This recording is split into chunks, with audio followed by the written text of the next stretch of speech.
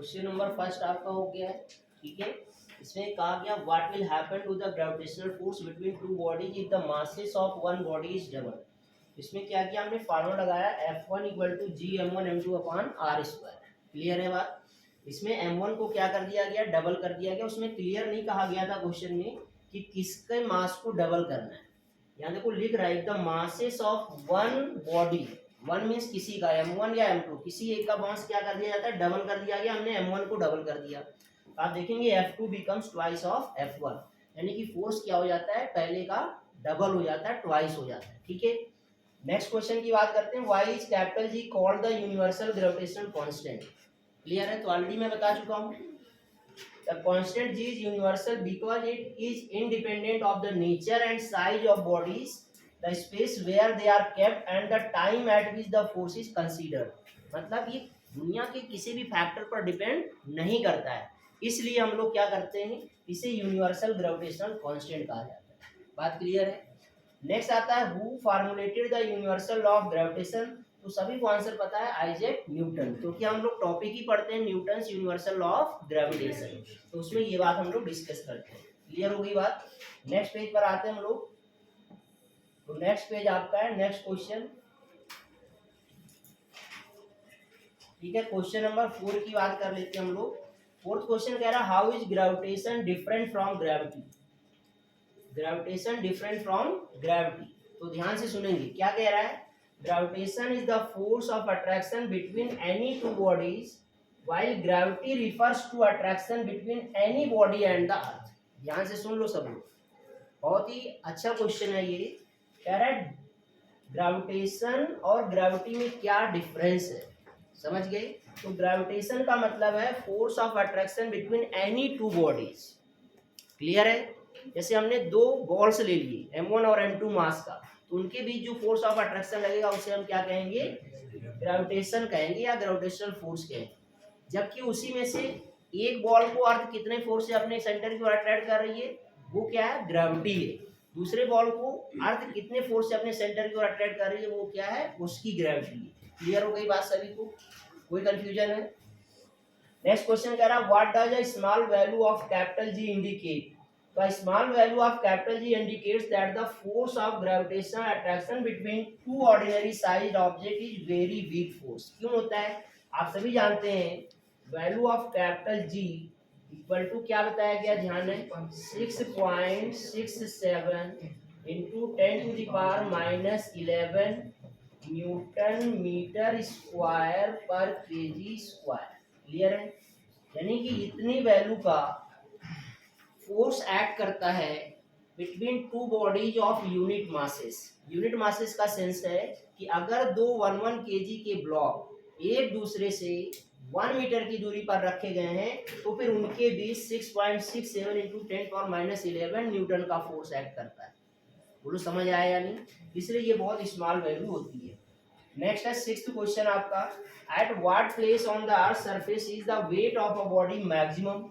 तो हमने आपको बताया था, देखो ये क्या है, मान लो अर्थ है, क्लियर है, ये क्या है, इसका सेंटर है, और यहाँ पर हमने कहा था ये रेडियस ऑफ अर्थ है जिसे हम RE लिखते हैं। क्लियर हो गई बात। मैंने कहा था सरफेस पर स्मॉल जी की वैल्यू कितनी बताई थी, बोलो 9.8 मीटर पर सेकेंड स्क्वायर। और मैंने कहा था जैसे जैसे सरफेस से ऊपर चलते जाएंगे स्मॉल जी की वैल्यू घटती है, सरफेस से नीचे जाने पर भी स्मॉल जी की वैल्यू घटती है। तो सबसे मैक्सिमम वैल्यू कहाँ होती है, अर्थ के सरफेस पर। क्लियर है। और ध्यान देंगे एक ऐसा भी केस मैंने बताया था, एक्चुअली में अर्थ कैसी होती है, ओवल शेप होती है, इलेप्टिकल शेप होती है। इसमें मैंने बताया था ये क्या है, इसको क्या बोलते थे हम लोग, इक्वेटर, और इसको क्या बोलते थे, ये जो दो लोकेशन है ये पोल है, और ये जो दो लोकेशन ये क्या है, इक्वेटर है। तो अगर आप ध्यान दे पाए तो जो रेडियस ऑफ अर्थ है इक्वेटर पर, वो क्या है, थोड़ी ज्यादा है in comparison of radius of earth at pole. बोलो समझ में आ रहा है। और स्मॉल जी की वैल्यू क्या बताया था मैंने, स्मॉल जी का फार्मूला पढ़ा था आपने, GME अपॉन RE का स्क्वायर पढ़ा था ना। तो जहां पर बच्चों RE क्या है, कम है, वहां पर क्या स्मॉल जी ज्यादा है, बोलो भैया। और जहां पर RE ज्यादा है वहां पर स्मॉल जी क्या है, कम है। तो आप खुद ही बता सकते हो पोल पर स्मॉल जी ज्यादा होगा या इक्वेटर पे ज्यादा होगा? कहाँ ज्यादा होगा? पोल पे, जहाँ रेडियस कम है। तो पोल पर रेडियस कम है, इसलिए पोल पर वेट ऑफ बॉडी भी क्या होगा, ज्यादा। क्योंकि वेट का फार्मूला क्या पढ़ा आप लोगों ने, W equal to M into G. तो जहां पर जी ज्यादा होगा वहीं तो वेट ज्यादा होगा। और जी ज्यादा कहाँ होगा, जहां पर रेडियस कम होगी। रेडियस कम कहाँ पर है, पोल पर। बोलो समझ में आ गई बात सबको? नेक्स्ट क्वेश्चन कह रहा है at what place on the earth surface is the weight of a body minimum. Minimum कहाँ पर है, तो इसी क्वेश्चन में हमने डिस्कस कर दिया। कहाँ पर मिनिमम हो जाएगा, इक्वेटर। क्लियर है बात सभी को? इक्वेटर पे मिनिमम हो जाएगा। नेक्स्ट पेज पर आते हैं, मतलब नेक्स्ट क्वेश्चन। तो अगला क्वेश्चन आप लोग ध्यान से पढ़िए क्या कह रहा है। If the mass of a body is 9.8 kg on the earth, what would be its mass on the moon? बताओ भाई। हमने बताया था ना मास और वेट में डिफरेंस पढ़ लेना, पढ़ा सबने? तो आपने उसमें डिफरेंस में ये पढ़ा होगा कि किसी बॉडी का मास कभी चेंज नहीं होता है, चाहे आप कहूँ चले जाएं, किसी भी प्लैनेट पर चले जाएं, कौनों जन्नत में चले जाएं। समझ में आ रही बात? तो आप कहाँ चले गए भैया, मून पे। तो मून पे क्या है, मास बदल जाएगा? नहीं बदलता, मास बदलता ही नहीं है। अगर वेट की बात करता तो वेट घट जाता, 1/6 हो जाता, पता है ना सबको। लेकिन मास में कोई परिवर्तन नहीं होगा। तो जितना मास अर्थ के सरफेस पर है उतना ही मास मून के सरफेस पे रहेगा, उतना ही मार्स पे चले जाओ तब भी उतना ही रहेगा। क्लियर है बात? कोई कंफ्यूजन? नेक्स्ट क्वेश्चन कह रहा है डू फ्लूइड्स पजेज वेट। क्या फ्लूइड में वेट होता है? तो ऑफ कोर्स होता है, क्योंकि फ्लूइड भी तो मटेरियल कंटेन करता है। तो जहां जहां पर भी मटेरियल कंटेंट होगा उसमें उसमें मास होगा, और जहां मास होगा उसमें वेट जरूर होगा, अगर वहां पर ग्रेविटी है तो। केवल वहां पर वेट नहीं होगा जहां पर ग्रेविटी अवेलेबल नहीं होगा। क्लियर है बात? नेक्स्ट क्वेश्चन कह रहा है why can one jump higher on the surface of the moon than on the earth.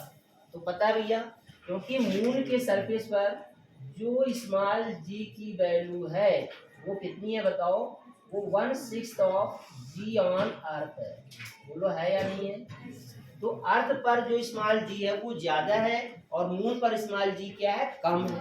तो मून पर स्मॉल जी कम है, मतलब नीचे घसीटे जाने का फोर्स क्या होगा, कम होगा, तो ऊपर ज्यादा जंप कर पाएगा। बोलो बात क्लियर है? नेक्स्ट क्वेश्चन कह रहा है डिफाइन द स्टैंडर्ड किलोग्राम।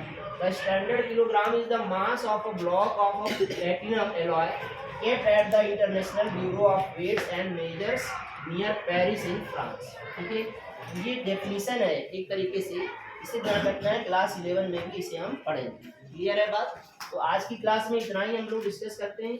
इसके आगे जो हमारी क्लास होगी उसमें इसी के आगे इन्हीं क्वेश्चंस को हम लोग क्या करेंगे, कंटिन्यू करेंगे। क्लियर है बात? कोई कंफ्यूजन? तो इतनी चीजें आप रिवीजन में रखेंगे और अपने लेवल से भी कुछ क्वेश्चंस आप प्रैक्टिस करते रहेंगे। Got this? Okay, so now you can go.